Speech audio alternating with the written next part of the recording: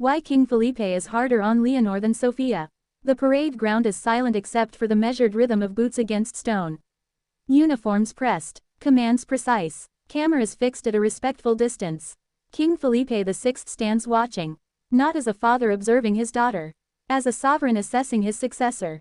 A few paces away, Princess Leonor de Bourbon y Ortiz holds her posture without deviation. Composure is not requested, it is assumed. Her younger sister, Infanta Sofia of Spain, stands in a different formation of expectation entirely. Present, composed, but not under constitutional scrutiny.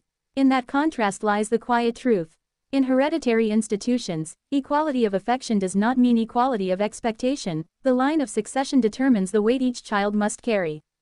To an outside observer, firmness can look like imbalance. Stricter schedules, greater visibility, military immersion, formal oaths delivered before parliament.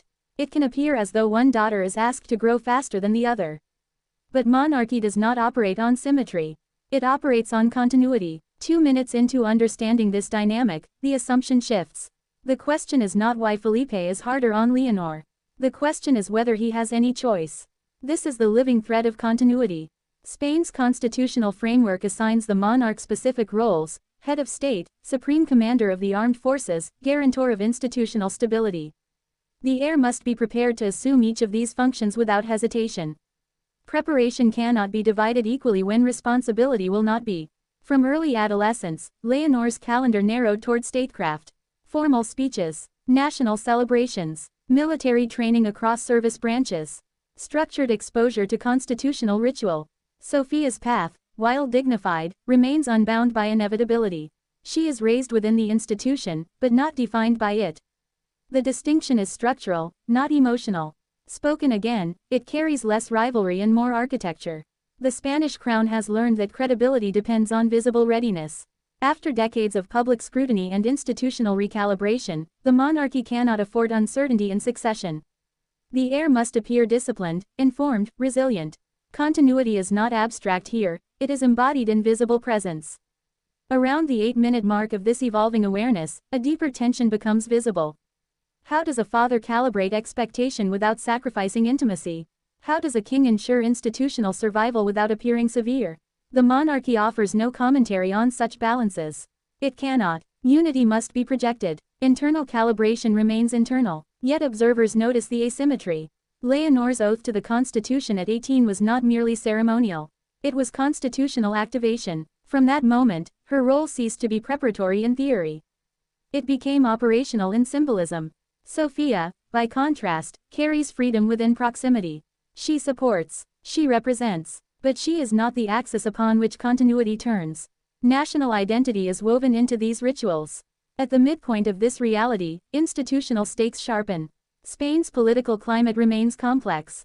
Coalition governance, regional debates, a public attentive to accountability. The monarchy's margin for error is narrow. The heir must be unimpeachable. In Washington, strategic observers interpret this discipline as a signal of stability within a key European ally. In London, where succession dynamics are studied with historical memory, the distinction between heir and spare is well understood. Canada and Australia, navigating their own constitutional monarchies, recognize the necessity of concentrated preparation. Germany views the structure analytically, noting how hereditary systems preserve continuity through clear hierarchy. Across these capitals, the message is consistent: ambiguity in succession invites instability. Felipe understands this calculus. Around 14 minutes into this assessment, the point of no return becomes clear. Once Leonor entered full military training, once she swore constitutional loyalty before Parliament, the differentiation between the sisters solidified publicly. From that moment forward, expectations diverged permanently. Power is structural, not emotional. Duty outweighs desire. The survival of the institution is the ultimate prize. For Leonor, scrutiny intensifies with every appearance. Speech is measured, gesture evaluated, silence interpreted. She is not permitted the luxury of improvisation. Sofia retains elasticity. This is not favoritism, it is functional design, yet design carries consequence. At 19 minutes into this unfolding future, a broader question emerges. Can concentrated expectation strengthen resilience without eroding authenticity? Can the heir remain relatable while embodying unyielding discipline? Modern audiences are perceptive. Younger generations, in Spain and abroad, expect transparency and emotional accessibility. Institutions respond with formality and restraint. Balancing those currents will define Leonor's reign long before it begins. The asymmetry between the sisters is not accidental. It is protective. The monarchy shields the spare from excessive burden, ensuring stability should unpredictability arise. At the same time, it fortifies the heir against fragility. This dual strategy has preserved dynasties across centuries.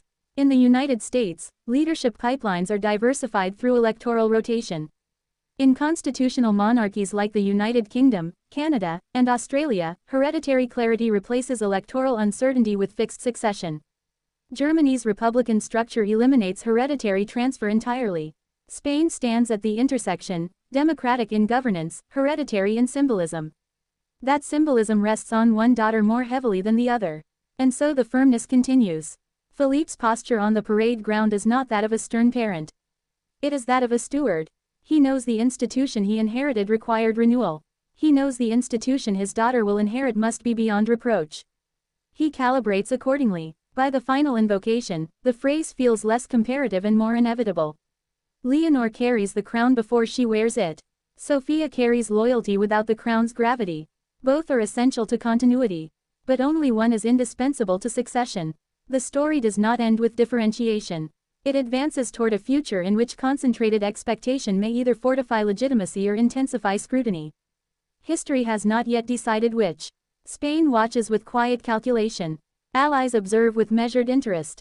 Institutions remain steady, for now. And on the parade ground, beneath disciplined skies, a father remains harder on one daughter not because affection differs but because destiny does. What that destiny will demand next has yet to be revealed. The formation holds. The future waits.